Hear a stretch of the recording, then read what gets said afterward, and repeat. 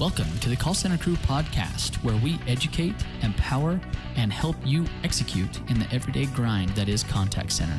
We bring you the expertise and success from industry professionals around the world. Listen in or watch weekly every Wednesday at callcentercrew.com. Hey guys, Landon Rich, your host of the Call Center Crew podcast.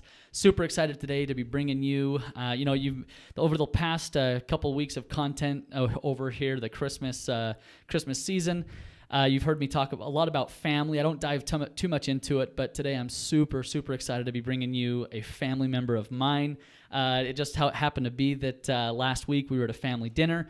We got talking, and I knew that our guest here, I knew that he was in call centers. It didn't really dawn on me that, he had that much experience in it and, whatnot. Long story short, I'm super excited to have my cousin here, Devin Dixon, on the podcast with us, ready to share his experience specifically in call center operations and operations in a monitoring center, meaning alarm systems, different things, different triggers, and anyways, we'll get into it. But that specific industry, I'm super excited to be bringing you that. So before we jump in, I want to remind everybody that if you're listening to this podcast on the audio on iTunes or Google Play, you can also check out the video version on YouTube or at callcentercrew.com. You'll be able to find the show notes for that episode there as well. So, Devin, thank you for coming on the show. I really appreciate it, man. Yeah, no problem. So, share with us, give us the version of how you got into the position you're currently in and kind of your background and how you got into it. Basically, I was just looking for a job 3 years ago. I've been in this job for 3 years now. Cool. Just got a friend who recommended it to me, and I really liked it. So my current position right now is a team mentor. Just I got into that after just getting a lot of experience. Yeah. So did you start out, you say you're team mentor now, did you start out as a team mentor? No. Or did you start out? So I think the people who start out just are normal operators. Right. Operators. So yeah, I didn't start out as a team mentor, but I got there, got some experience, and just had to, apply for it, and I got it. So yeah. Cool. That's awesome. Yeah. So I mean, classic. Nobody, I think, chooses the call center industry. Yeah. Right? It chooses you, and more often than not. And I like that you that you share this because that was similar to my story, similar to many others that we've had on the show, as well as I think the majority of people who operate inside of a contact center and like it. Right, the tenure of 3 years, is very, very. I think you're in the top. I would say the top 10%. Right. I mean, attrition in the call center world. Yeah. It's atrocious, right? No matter what industry you're in, the attrition's super high. So the fact that you, not to say that you've been able to last this long, but that you've enjoyed it, that you've thrived in it, that you've been successful in it for 3 years, it's those type of people that last and that it chooses you, right? Yeah. So that's great. So team mentor, walk us through, what does that mean? What do you do? I know, and for those listening, Devin mentioned operators, that's synonymous with agents, calling floor agents, customer service representatives. Here, depending on the industry, depending on where you're located, offshore or here in the United States, there's a bunch of different names that are synonymous with call center agent, operator, advocate. There's tons and tons of different names. Team mentor, supervisor, coach, whatever it may be. So we do have coaches. Yeah, coaches. Yes. Yeah, at our place too as well. Cool. Very nice. So walk us through team mentor. What do you do in a day-to-day? What are your operations? Basically, we are just monitoring we have about over 450,000 accounts. Okay. We're just, we log into our software, Stages software, where we just, and we get into this thing called auto feed, and basically, and we set up different partitions, is what we call them. Yep. But certain operators get a different amount of calls. Yep. Most of them get all the calls, but someone might be prioritized. From different accounts. Well, not different accounts, just like inbound versus outbound mostly. But yeah, we just sit there until a signal is fed to us. Most of the time, since we handle the security and fire systems, we handle and the inbound. We just wait until we're fed a signal. Yeah. Throughout the day from any of those 450,000 accounts. So let's back up. So just make sure that everybody listening is up to speed with where we're at. So when we're talking here specifically alarm systems, yes, right, inside of people's homes. When alarm or a trigger being fed to the inbound system, when you say 450,000 accounts, you're meaning actual homes or systems. Yeah, so we monitor, so that's 450,000 for security systems, residential and commercial. Okay. And same with fire systems, residential or commercial. Cool. A lot of those are also the medical life alert pendants of those 450,000 that Idaho handles. Yeah. The Rexburg operations. Cool. But yeah. So 450,000 potential phone calls, you could say, right? It could technically happen where they all come in at once. But yeah. Okay, so that's interesting. You know, a lot of times, well, everybody has a customer base of 450,000 accounts. Mm-hmm. You know, that's obviously a sizable number. So let's walk me through. Hang on before we go too further into that. So finish what you were saying with Team Mentor. What is it that you do with the operators, and how, you know, what's your day to day? So the team mentors are sitting next to the newer operators who just got out of training and are just sitting next to them, answering any questions they might have and making sure everybody's being helped. Okay. While handling calls. So you kind of have to juggle what you're doing. Yep, definitely. But yeah, mostly just helping out everybody in the shift, making sure everybody's getting handled. Everybody's questions, new or older operator. So kind of like a nesting or OJ on-the-job training team. Yeah, we do that too. Team members occasionally just go over a couple calls with the newer operators and just tell them what they need to improve on. Yep. So walk us through in a monitoring center, similar to what the environment that you're in. Obviously, a trigger, whatever, maybe a burglar alarm, a fire alarm, a life light. What do you call it? Life alert pendant. So any trigger that comes in that triggers a phone call. Who calls you? The actual person in the home, or is it just a trigger from an alarm, or what's that interaction from the trigger to your center and then you to the dispatch? So a couple different systems do differently. So a life alert unit. They press their button and they have a speaker intercom wherever they set it up. Okay. And we access over the intercom and speak with them through that. Okay.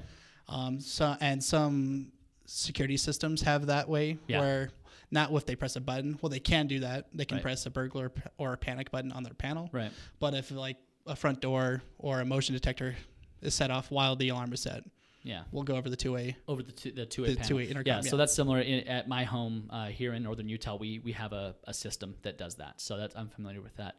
And so from there, you come over the two-way panel. So let's address that one first. So you come over the two-way panel, assess the situation, and then from there, depending if it was obviously false alarm, which I'm guilty of that, you have everything from false alarms to situations where you need to call out to dispatch. Yeah. What else? What else with the two-way? So the two-way, we just, we need to verify who we're speaking with, unless there is an actual problem. If they say they need help, we send help right away. Try to get as much as information, but without, taking our time on getting dispatch on the way. Right. But yeah, we need to get their name, and if it's a false alarm, just that we verify with a verbal password. Right. Yep. And if they don't have that or they need help, we usually call the police department. Yeah. Unless they have it set up differently. Right. Gotcha. Okay. So two-way. So let's say on the interactions where there's just a trigger. So let's say it's a fire alarm. There's no two-way panel or whatever the system is. What's your interaction from there? So on commercial accounts, we would dispatch the fire department first for fire alarms. Okay. And for residential accounts for fire alarms, we would call their home phone that they set up. Okay. And if they don't have a home phone set up, we would dispatch first. Okay. So try to communicate, and then obviously there, so. And with burglar alarms, it's depending how they set up. Most of the time, we call their home phone, but if certain people want us to dispatch immediately, we will dispatch immediately on any trip. Cool. Very good. So good. So thanks for walking us through that. So the interaction comes in. You obviously just assess the situation as we just discussed. You obviously dispatch or not. Okay, Devin. So walk us through as the call comes in, what's the requirement on how fast should you answer that alarm, and basically what is the length of the call? What should the length of the call be? Walk us through some of those call center metrics for your monitoring department. Okay, so as soon as we receive the signal, the operator should usually be fed the alarm, the account, within 5 to 10 seconds if they're not on anything else. Okay. We have a time to first action statistic that we try to go through. We usually would like to see what's going on in the call and make the first call or action. First where action. we're doing the account. We call it time to first action. Time to first action. And it's usually we want it under 12 seconds. Okay. Before 12 seconds is how fast we should be doing. Yeah, so 4 to 5 seconds to answer or to put in the first call. To receive that alarm. Receive the trigger. And then 12 seconds to actually make a first action, whether it be to dispatch or to their home phone verbal number, password, false alarm, any of that first action. To the intercom, yeah. To the intercom. So, and then total call length, do you have, is there a set, what other metrics do you monitor, I guess is the better question. So we monitor, they don't need to, they just would like to, obviously if a call goes longer than this, it's a burglar alarm, and it could go from a different amount of time, but we usually want it under 210 seconds is what we want it. If there's an actual burglar alarm and someone's being robbed or attacked, it's obviously going to take longer than 210 seconds to finish. But yeah, that's what our statistics we monitor for, is try to get it under 210. Okay. And we talked about this a little bit. What's the forecasting like on 450,000 accounts? Typically people have a forecast of or a spend, right? A media spend, depending on the type of call you're getting. Is they'll come to you and say, okay, Devin, I'm going to give you. You can expect 100 phone calls, and actually, it's actually pretty nice. Is they say 100 phone calls from 9 to 9:30, 98 phone calls from 9:30 to 10, and they lay out your entire day for you. Where this is obviously variable on the actions of others out in the world. Yeah. How do you guys pull your forecasting? How do you plan how many reps you need scheduled and on the phones? So we monitor our statistics of how many alarms we're getting inbound and outbound. Usually we go by the previous the last week, the last month, or even last year's statistics. We occasionally get some information from the dealers we monitor for saying, hey, we have, mostly in the summertime, we have people selling alarm systems, and they'll be testing and trying those out. Yeah, so they get a lot of false alarms? A lot of testing. Okay. They install the system, and they have the technician installing it saying, hey, we're testing right now. Okay. And so that one for you is a fairly quick phone call? Oh, yeah. So it just triggers, hey, I'm testing, click. Yeah, we get the tech ID. Yeah, tech ID. Gives us the tech ID, and it's like, okay, and we're done with that. Cool. So obviously summertime, so you get some information from your dealers. Yeah. Obviously, summertime is heavy selling season. Yeah. I've been there. I've sold out in Columbus, alarm systems. And so summertime. And then what can you tell us about, just in general, what's some of the busiest days of the week or times of the day that you see the call volume spike? So definitely the weekdays are the busier. Monday and Friday seem to be the busiest days. Friday? Probably because people just want to get their problems solved before the weekend or right after the weekend after they had the problem. The weekends are very, I don't want to say slow, but they're definitely slower than the weekdays. Less staffing. Yep. Our busier times are the days, since we're a 24/7 gig, since it's security and life protecting. Yep. So our busier times are usually, our busiest hour is 9 a.m. till 10 a.m. That's definitely where we'll receive the most calls. Yep. But the mornings, I think at 8 a.m. it starts to be the busiest. Pretty pick up. Okay. 8 to around 1 o'clock, 2 o'clock. There are occasional slow times between 10 to 12. Yeah. But got some lulls in there. 8 to 2 is usually our busier times. Gotcha. Very good. Very good. So last question here, and then we'll kind of wrap up. Okay. So with monitoring, you mentioned the Rexburg, Idaho, and just general. So how is your shop set up in terms of, you say it's 24/7. Yep. Obviously with security, that's great, and I think that's a must. Do you have different teams doing different?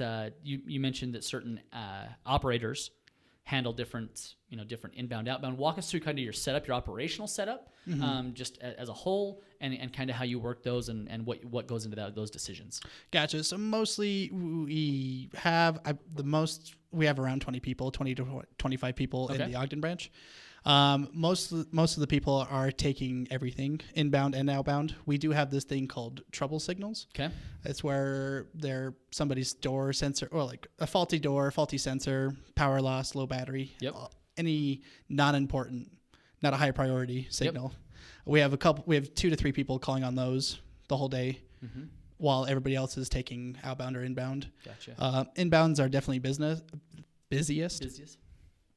And so they'll put a couple operators and just prio inbound with, in case the outbound is getting too busy, they can help out. So what's the outbound? What do they do? So obviously the triggers, the actions in the home and the alarms, they trigger inbound phone calls. Outbound are doing what? So the outbound is the alarm triggers. Okay, so I guess differentiate that for us, right? Okay, what constitutes an inbound phone call and an outbound phone call? So the outbound phone calls are the signals that we're receiving: fire alarms, burglar alarms, medical alarms. And you call out through the two-way. We call it through the two-way, call out to their phones, cell phones, whatever they have on the account set up, and calling dispatch. Yep. Inbound is when people call into us for any multiple reasons. We could have somebody calling in for somebody's burglar alarm going off that we just barely called, and we talk with the operator that's handling the burglar alarm and let them know, hey, this guy called in. Right. Everything's okay. You can stop calling. Gotcha. Or somebody calling in saying, hey, he's not home. Call dispatch right now, please. Gotcha. What about, so is it customer support as well? Well, we get them to... do you route those out somewhere? We route those out. Like, when they call into us, that happens a lot of the times where they think we're the customer service department, but we're the monitoring department. Right. So we just have to get them to the correct company and get them over with their customer service. We do a little bit of data entry and contact updating here for certain companies we monitor for, but a lot of them we just give them back to the company. Back to their company. Now you mentioned Rexburg. They do the life alert? Yes. That's primary life alert. That's that branch. Yeah, Rexburg, they do a little bit of inbound. They handle the answering services. It's a little different from inbound for certain companies, but mostly it is handling medical alarms. Very good. All right, I'm going to put you on the spot here. What's your favorite part of the job, and what makes you go to work every day? Obviously, you wouldn't be in it 3 years if you didn't enjoy it, didn't like it. So 2 questions. What drives you? Why do you stay in it? And then what have you found to be kind of the key thing to keep you successful in your position? Well, just knowing that we're protecting people's lives and property is a huge deal. When you're not paying attention, that puts people's lives and property at risk. I think the most fulfilling thing is when you're actually helping people, when somebody actually needs help and you get them that help or save their property. Definitely. We've gotten multiple burglars. We get a call back from the police department saying there's an actual people breaking in. We got them. And also same with, it happens more with medical alarms when somebody actually does need help and they need the paramedics, and they were saved by the paramedics because we were there to help them. Yeah, if they didn't have them, most likely, correct me if I'm wrong, the life alert's typically for elderly, right? They fall, whatever it may be. If they didn't have that life alert pendant, that's great. So the speaker, when they can't reach a phone and they're on the ground bleeding or just hurt and they can't get up, that were definitely a huge help to them. That's great. What have you found? So last one, what do you find to be, what makes you successful in your job? Just working as a team, seeing that we're helping a bunch of 450,000 people across the country. Yep. Our statistics usually are great, and then we get a report back on. Sometimes we get a report back on how many people we've actually helped, and seeing that actually, it definitely helps me at least push on and want to help more people through monitoring through security or life alert. Definitely. Well, Devin, again, obviously, I really appreciate you coming on the show, helping me out, try to educate the industry. The whole thing, and for the listeners as well, Call Center Crew, the whole purpose of the content that we put out is to, our kind of mission statement is to help empower, educate, and then help those inside of the contact center industry execute in their daily jobs. Right? It doesn't matter what industry they're in. You, for example, you're in the monitoring, and monitoring department, monitoring call center per se. Others are sales, customer service, tech support, collections, whatever it may be. Call center crew is here to help you execute in that daily position that you work in. If your desire is to move up, if your desire is just to stay there and kill it, whatever it is, we're that's our motto, and that's kind of our mission statement. So I appreciate you coming on the show and helping thanks us for having me. do that. So just to wrap up here, guys, again, we would really, really appreciate it if you would hop on to iTunes, Google Play, and give us a 5-star review. Share us with those inside of your industry, your coworkers inside of the different departments. We'd really, really appreciate it. Again, if you can contact us at callcentercrew.com with any questions, as well as across all the social media sites. One little plug that I do want to put in here is here in 1 week, we are launching our online communities. We're calling them the online crews. Right now, we're going to have 2 groups, 2 crews. One is for call center agents. One of them is for call center supervisors. And this is for any agent in any industry across the world, any country, any business or any company. Doesn't matter. It's a group where it's a judge-free, safe group where we can all join in, share best practices, overcome challenges. People in Central America may have already overcome this certain challenge that somebody in the Philippines is having currently, and why not share that, right? Why not share that across the world and help each other out? You'll also have direct access to myself to be able to ask questions. I'll be putting out weekly topics, specific content for that group. So again, more to come on that. You obviously callcentercrew.com and the social sites. I'll be marketing that out. Super excited to be bringing that to you, specifically the agents and supervisors. So stay tuned for that, and appreciate it, guys. Have a good one.